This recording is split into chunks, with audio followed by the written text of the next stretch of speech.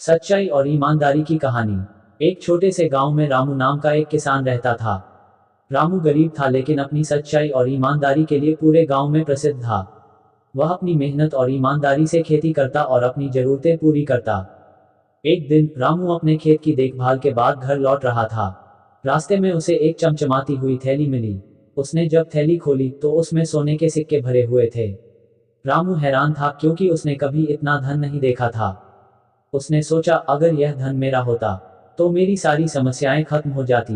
लेकिन यह मेरा नहीं है, इसे किसी ने खोया होगा। रामू ने गांव में जाकर सभी को इस थैली के बारे में बताया और पूछा कि यह किसकी है, लेकिन किसी ने इसे अपना नहीं बताया। कुछ समय बाद गांव के साहूकार मोहनलाल ने रामू को बुलाया। मोहनलाल ने कहा, रामू, मैंने सुना है कि तुम्हें एक थैली मिली है। वह मेरी है। मैं कल बाजार जा रहा था तभी वह गिर गई थी। रामू ने बिना किसी सवाल के वह थैली मोहनलाल को लौटा दी। मोहनलाल ने थैली गिरने के बाद कहा, रामू, इसमें एक भी सिक्का कम नहीं है। तुम्हारी ईमानदारी ने मेरा दिल जीत लिया।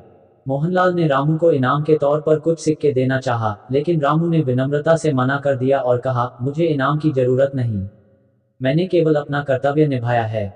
सच्चाई और ईमानदारी ही मेरा असली इनाम है। रामू की सच्चाई और ईमानदारी की कहानी पूरे गांव में फैल गई।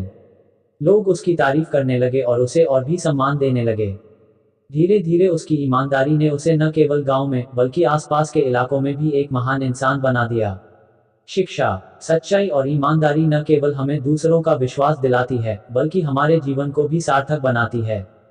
चाहे परिस्थिति कैसी भी हो, सच्चाई का रास्ता हमेशा सही होता है। ये से ही और वीडियो देखने के लिए फॉलो कीजिए।